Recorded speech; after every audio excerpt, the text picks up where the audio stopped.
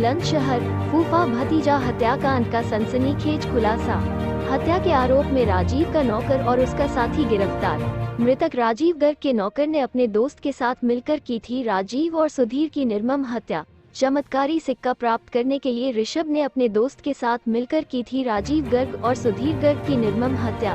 चमत्कारी और बेशकीमती बताया जाता था सिक्का। चमत्कार का डेमो भी दिया करते थे सुधीर और राजीव गर्ग। आरोपी ने ये भी बताया कि अगर सिक्के को प्राप्त कर लिया जाए तो बहुत सारा धन उनको मिल सकता है, मौसम भी बदल सकता था सिक्का। आरोपियों में ऐसी थी धारणा। एसएसपी के मुताबिक आरोपी ऋषभ के राजीव गर्ग पर थे 50,000 रुपये। ऋषभ को 6 माह की सैलरी नहीं मिली थी। 1 अप्रैल को राजीव गर्ग और सुधीर गर्ग को कोतवाली देहात क्षेत्र में चाकुओं से गोदकर कर दी गई थी हत्या।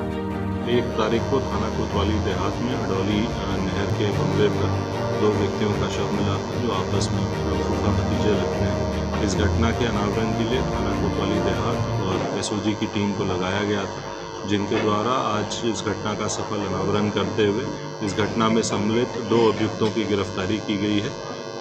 इसमें ये बात प्रकाश में आई कि जो मृतक हैं उनके दुकान पर ही काम करने वाला एक लड़का है ऋषभ करके, वो और उसका साथी तनु, इन दोनों ने मिलकर के इनके साथ ये हत्या की घटना करी। और जो मोटिव था उस ऋषभ के द्वारा ये बताया गया कि ऋषभ ने कुछ पैसे मृतक को दिए थे और साथ ही साथ इसके कुछ महीनों की तनख्वाह भी इसको नहीं मिली थी।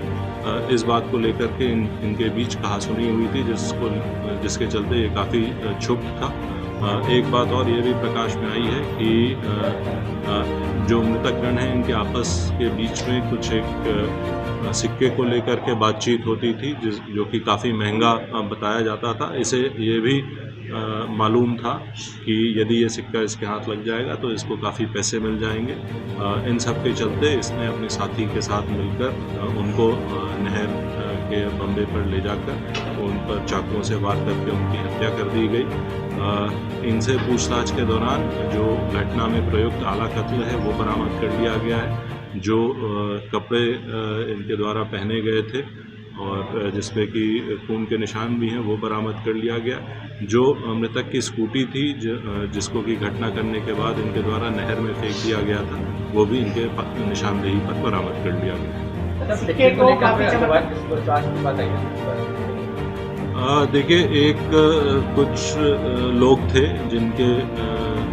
जिनमें ये अंधविश्वास की एक अवधारणा उनकी थी कि उस सिक्के में कुछ दैविक शक्तियां हैं और इसलिए वो काफ़ी महंगा है। ये बात ये लोग आपस में करते थे और ये उसको ओवरहियर करता था, तो इसने भी मन में अपने ये बात पाल ली थी कि ये जो है बहुत महंगी चीज़ है, कुछ नायाब चीज़ है और ये इन लोगों के पास आ जाएगी तो इन लोगों के पास काफ़ी पैसा आ जाएगा। कहीं से बेचने की बात चल रही है।